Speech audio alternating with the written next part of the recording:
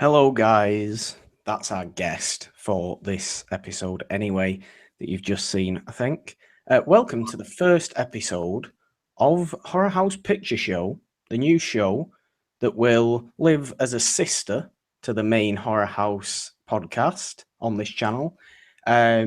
Basically, very casual discussion on the weeks where the main show isn't on. You will get a HorrorHouse Picture Show talking about either the latest horror release, for example, this week for episode 1, we're doing M. Night Shyamalan's Split, which came out in wide release today. And we both had the opportunity to see that. Sometimes I'll be alone, sometimes I'll be with a guest, sometimes I might be with like 17 guests, if you can even do that on Google Hangouts. But yeah, you can see our faces, so that this differentiates from the main show quite a bit. But yeah, on the weeks where there may be not horror release, we'll pick a random horror film from the annals of time and talk about that one instead. So yeah, without further ado, let's get started. Welcome, Nolan Dean.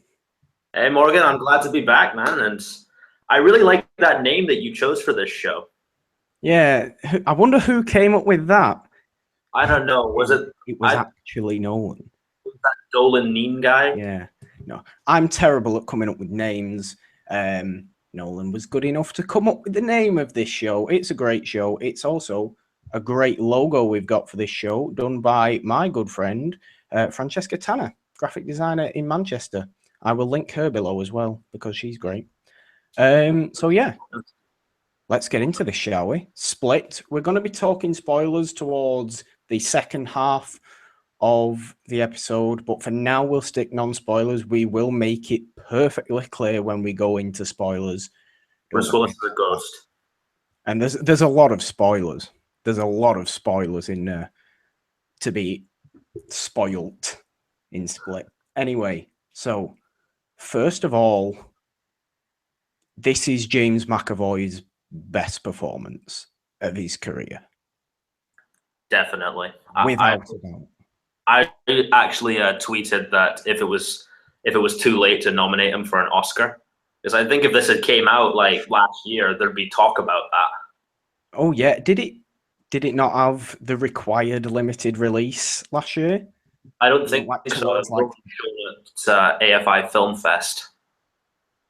Right. That's a shame. That's a shame because to play, someone with. Well, in the film, there's sort of like 4 major personalities that come out. Mm-hmm. You've got Barry, the fashion guy, Dennis, he's the sort of almost lead personality in this guy. Patricia, who is the female, sort of her and Dennis go hand in hand, I think. And then you've got Hedwig, who is the little kid. These are all played by James McAvoy in the same character. It's just the fact that he makes them so distinct is just so impressive. It sounds insane, but like when you see McAvoy's performance and the direction of this movie, it really works. It really does. I don't know, I cannot think of a film where an actor has played so many different personalities of the same character and it just succeeds so much. Like you said, it succeeds so much because you can tell without even hearing a name or without McAvoy even doing anything yet, you can tell which of the personalities he's playing. The creepiest personality for you? Well, if we're talking one of the major 4, not like the thing that comes later on, I'd have to go with Dennis because he's the one that he's apparently OCD, I think they say in the film. Yeah, he is. You can see a lot of that in like his body language and the way Yeah. he'll do stuff.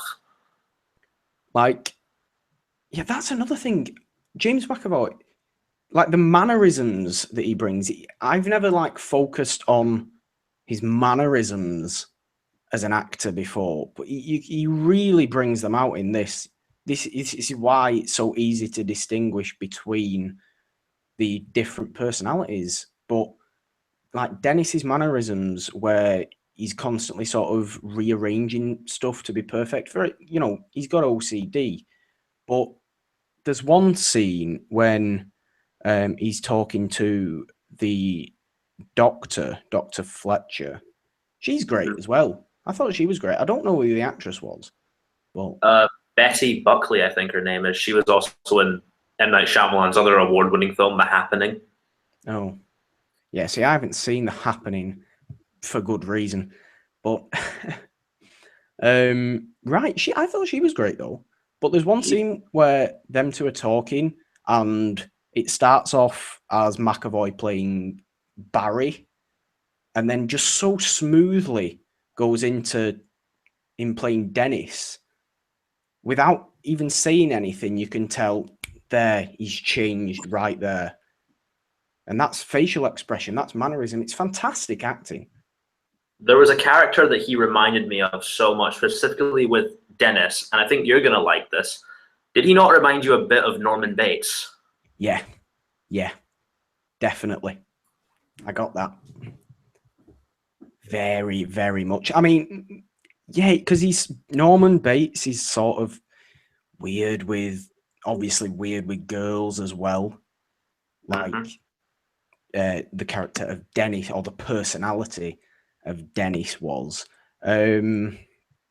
Yeah, that's a good analogy. But I would also like to bring up the fact that Anya Taylor-Joy once again kills it because she's great. Fantastic. She's great. Yeah, for someone her age, she's bringing it in everything she's doing. Like from starting off with The Witch, now to this. I think there was something else she was in last year that she was in Morgan, and I remember that because it was my name. Yeah, I never saw that. I didn't see it either. Apparently, it wasn't great, but I mean, yeah, like you said, coming from The Witch, my favorite horror film of last year, to this, like almost a year later in terms of release, she's great in both of them. She's so good in this film. She's like she's a very strong female character. She feels like a real, classically empowered. I'm not going to say final girl, but you know what I mean. Yeah, I get you. Like, you don't even want to say scream queen either, because she's nothing at all like those characters. No.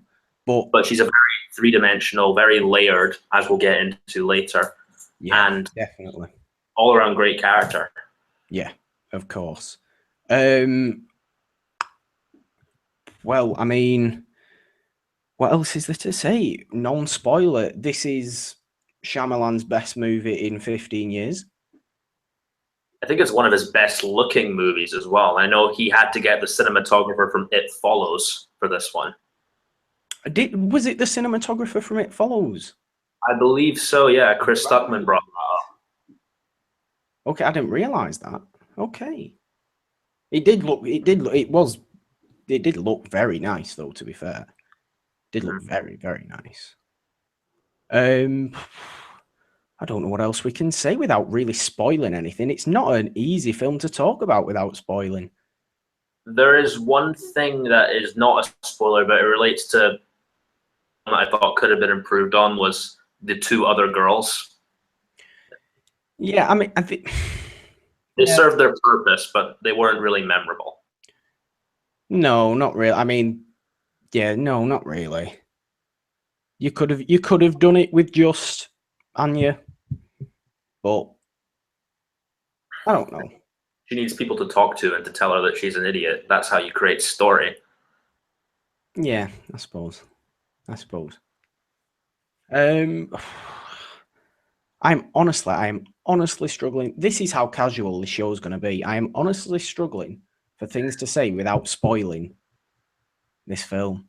because there's just so much, it clings to your head. I literally saw it.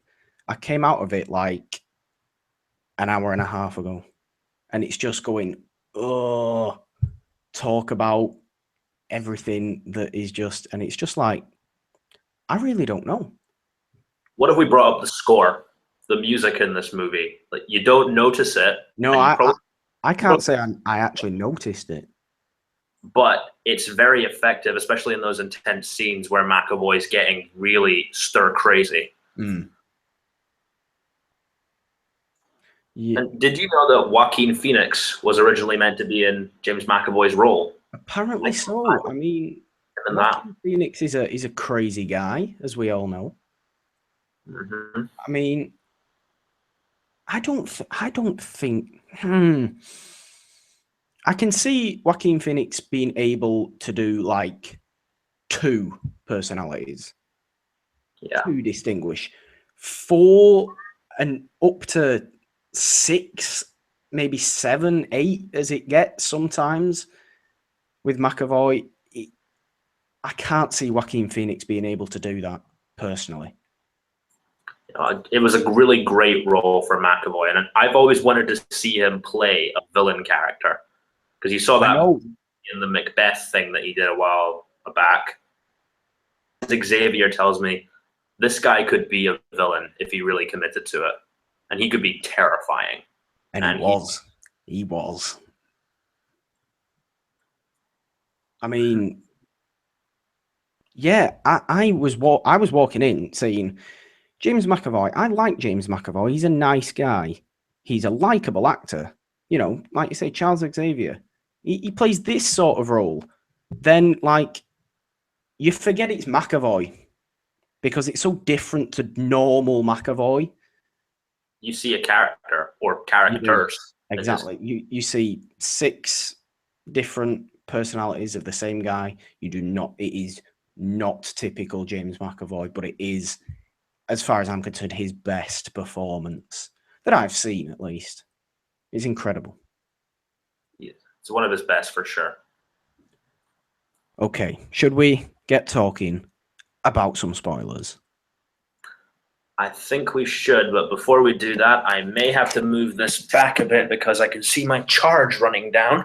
Okay. This is how casual the show's going to be. This is how casual the show's going to be. Nolan has to move. You're also getting a little tour of my room while we're at it. We're staying on you. We're staying on you. Mm-hmm.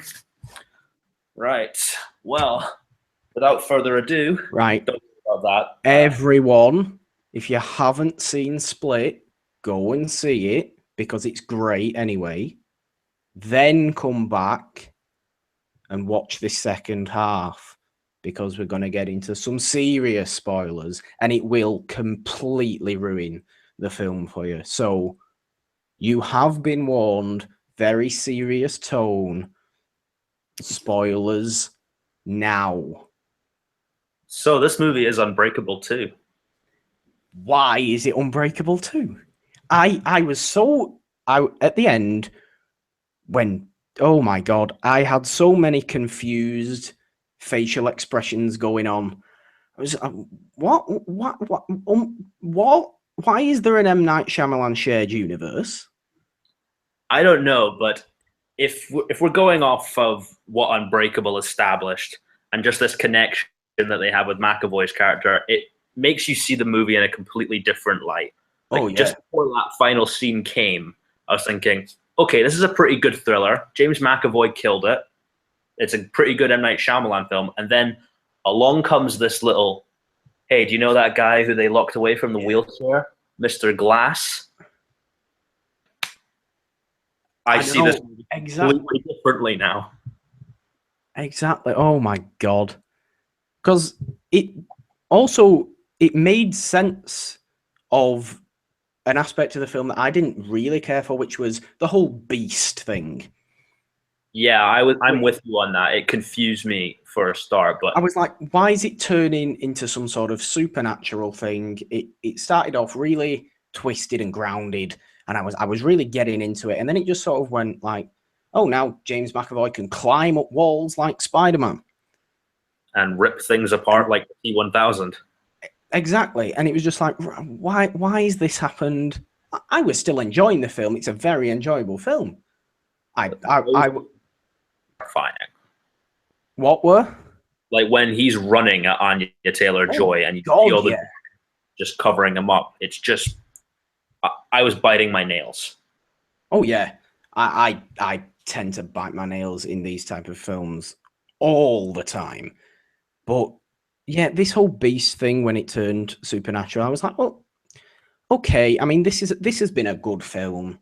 I've enjoyed this film. I'll be buying this film. I will definitely be buying this film after seeing the actual end. But then when Bruce Willis shows up, and I just like, it makes sense why there was a whole sort of supernatural thing now.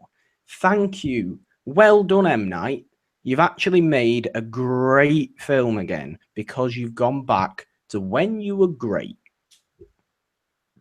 And there was this thing about that final reveal that got to me. You know, when stuff like, oh, if you think it, this identity can become it. And that kind of ties back into how Bruce Willis was in Unbreakable. Yeah. Like the twisted version of that. Yeah, because, I mean, we were talking before, you mentioned the whole train, flower. It's James McAvoy putting train. Yeah. Bring up that theory. Thinking of Unbreakable again, and it suddenly made so much sense. All right. Before McAvoy goes full beast mode, there's a scene where he buys some flowers. We see a scene of him like, we see his mom telling him that, oh, you made a mess, and it's like really abusive and stuff. But McAvoy puts down the flowers at a train station, and if we remember Unbreakable, it opens with a train accident, and that leads into Bruce Willis's character. See that as, what if someone who was related to McAvoy also died on that accident? So Mr. Glass created both a hero and a villain on the same day. Love how it pulls those comic book tropes, but it does them in this dark, thrillery kind of way, rather than big explosions and a CGI battle. It's all acting, it's all practical and beast. This thing is straight up T-1000 level scary. It is unstoppable. It is entirely unstoppable. I love this whole. I'm really into the whole, Unbreakable stuff. I just, and the more I think about it, the more I love what M. Night did with this. Like I'm so he made this.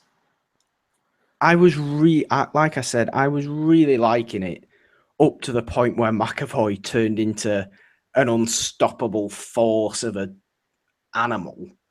We didn't see Norman Bates do that. No, you didn't see Norman Bates do that. But then the fact that he ties it in, like I said, completely makes sense, makes it an even better film. It got me thinking about how this film was marketed as well. Like, you know how The Woods turned into Blair Witch, Yes. The other one turned into 10 Cloverfield Lane. I'm so glad that Split never got revealed as an Unbreakable tie-in. Oh, yeah. Imagine if you watched 10 Cloverfield Lane not knowing it was related to Cloverfield. True. How much more rewarding would that film have been? Does this again. I hope he makes like a third one in this, but he doesn't tell us that he's making a third one. Just let us enjoy it in the theater. I think, would we not expect it now, though? Would we not expect it at least more?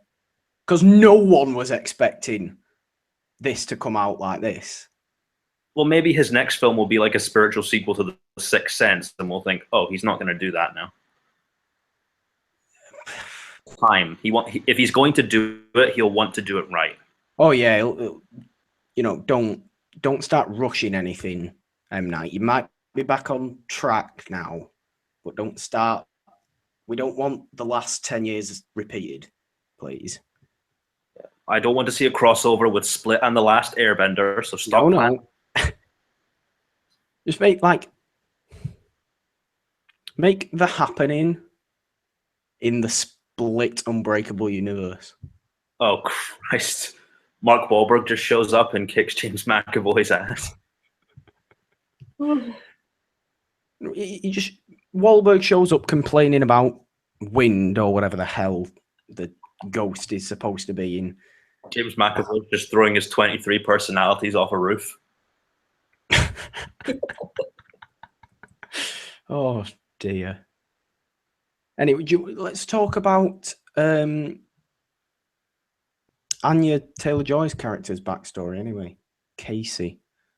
I suspected something was going on with her. The minute you notice that she's wearing so much more clothes than the other two girls, and I was like, she's hiding something. Yeah.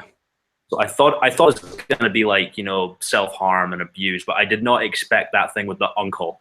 No, he seemed like a genuinely nice guy. That was so unsettling when he's just tearing his clothes off in front of her. It really, really was. I was, giving it the whole. He turned into John Goodman from 10 Cloverfield Lane. Yes, he did, and he looked like him as well. Yeah, I wonder who that actor is. That actor he's in Orange is the New Black. He's in like the last season of Orange is the New Black. Plays one of the. Chernus, by any chance? Is it what? Michael Chernus, because I know he's also playing the Tinkerer in Spider-Man: Homecoming. I don't know his name. I wouldn't be able to tell you his name, but I recognized him from Orange is the New Black. But yeah, that was really, and that's what makes her. That's what makes her such a, like you said, a three-dimensional, great, strong character. Yeah, because she doesn't reveal so much about herself until the very end of the film. We're told in little snippets. Mm-hmm. A lot of people are saying like, "Oh, the flashbacks were unnecessary," but I would disagree with that wholeheartedly, because you need those of her character and to explain why the Beast didn't want to kill her. Exactly. She would have. It wouldn't have made any sense why McAvoy walked away from her at the end. It wouldn't have made. She'd have been left as a very forgettable, one-dimensional character. Just like, oh, she's there, she's been captured. Oh, look, she's escaped and done all that. But because you get these flashbacks, fleshes her out, and she gets the backstory and everything, and it's just it makes for a strong character that wouldn't have been there without the flashbacks. Yeah, there was also one part with the Beast that I want to mention, because I had this really funny moment in my head when it happened, when he's just coming at her and he tears the bars open. Mm-hmm. He just looks all creepy and shit. Yeah, terrifying. But I couldn't help but think of Jesse Eisenberg as Lex Luthor in his prison cell. I was just thinking, please don't start saying the bald head. Is it the bald head of James McAvoy? Yeah, and just the way he looked. Yeah, that's a very similar thing, actually, that, isn't it? Although I would not expect Eisenberg's Lex Luthor to be able to tear some to like bend steel bars. There's none of that going on. No, but I think I've seen a lot of people compare the Beast to like a lot of other classic villains, but the T-1000 seems like the most likely option. Yeah, I would definitely agree with that. I was constantly thinking throughout this film. Like, it's not necessarily an easy watch. You have to be paying attention. Yeah. This isn't a watch with your grandma on Sunday lunch kind of film. No, it isn't. You wouldn't watch it with your grandma anyway. That's a silly idea to watch a film like this. Take your grandma to see La La Land. Don't take her to see this. Yes, definitely. But yeah, like these scenes with Dr. Fletcher, like pretty much every scene with her where she's just explaining these 23/24 personalities of Kevin, which is actually who James McAvoy is. Kevin Crumb. Kevin something. Kevin Wendell Crumb, I think it was. Yeah. But like, you're just sort of thinking, like, is like are each of these personalities? I was thinking at one point, is the personality of Dennis pretending to be Barry? I was thinking that at one point. I was like, is this going to turn really, sort of complicated and make different personalities pretending to be each other? How the hell is McAvoy going to do that? I mean, it didn't quite get to that stage. God. The thing that worried me the most when it came to the personalities, that you see all these things of like drawings and stuff of the beast and how it looks very monstrous and very like, if it was in a movie, it would probably be CGI. It'd be like Doomsday or something like that. Boy, actually become this beast character. It's the scares come from his acting and just like his imposure over the other characters. There's no CGI involved. No. And the Doctor was just like, you could watch them talk for a whole movie. Oh yeah, it really, really interesting conversations. You really get into, well, supposedly who Kevin / Dennis / Barry / 17,000 other personalities are, who he is. Yeah, I was really interested by the character of Dr. Fletcher though, because she had that scene with her colleague, and I remember they were talking about some sort of like, they were talking about like, oh my god, he's not super powered, when it turns out he kind of is. There was a thing behind that. I've seen this, people discussing it. They're arguing that Dr. Fletcher in reality is the actual villain of the movie because he wasn't attempting to cure James McAvoy. She was sort of enabling him. Extraordinary and special that he was, instead of trying to focus on, no, dude, you're not a freaking beast. Red Bulls and fucking stop stealing girls from zoos. Oh dear. True though. That's a good point. I've not heard that brought up, but that just came to me then. Like, I maybe should have realized this was going to actually turn into some sort of super powered thing that early on. I had no idea it was going to. Like, I stayed as blind as possible for this movie. Yeah, I watched the trailer once, I think. So did I, and I forgot about it by the time the movie came around. I just knew I wanted to see it. That's the best way to go with things like this. Like I said, if you haven't seen Split and you're still watching this, what are you doing? You've probably playing Arkham Knight still. You have completely ruined it for yourself. Okay, I think that might do us for the first episode of HorrorHouse Picture Show. But before we go, can I just give some cinema etiquette advice to people? Please. Because this is like serious now. Don't come and sit next to me with a plastic bag full of various foul-smelling foods and then continually rustle about and eat them throughout the film that I'm trying to pay attention to. Yeah, you might bring out Morgan's other personalities. You won't. I'm not going to kick up a fuss. I'm not that kind of person. But just don't do it. This is like afterwards. Now is when I'll start complaining about things like this. It was loud. Everybody was. I don't know what she was doing. I was just trying to. I don't know what food she was eating either, but they smell awful. Probably cheese popcorn. That smells pretty bad. Oh, I don't know. I had to lean the other way. There was no one there, thankfully.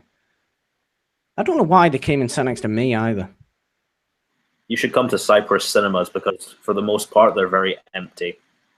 Oh, they're actually. I was very surprised at the amount of people that were in there at a 20 to 2 screening on a Friday. I mean, I don't know. I don't know if people were let out of school early on on this Friday. I don't know. Maybe they're teaching. There seems to be a lot of Night time. Do you reckon it's the draw of the name? Yeah. Does he have that much of a draw? Maybe after this he will.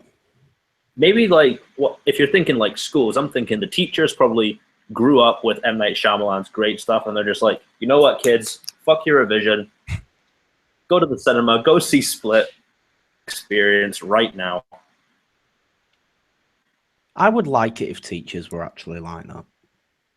Very much. If I ever become a teacher, then I'm going to be exactly like that.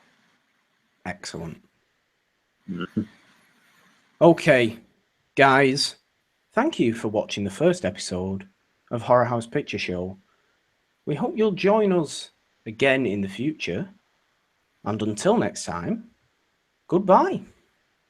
Goodbye. Thank you so much for having me, dude. This was a lot of fun. It certainly was. Bye, guys. Later, guys.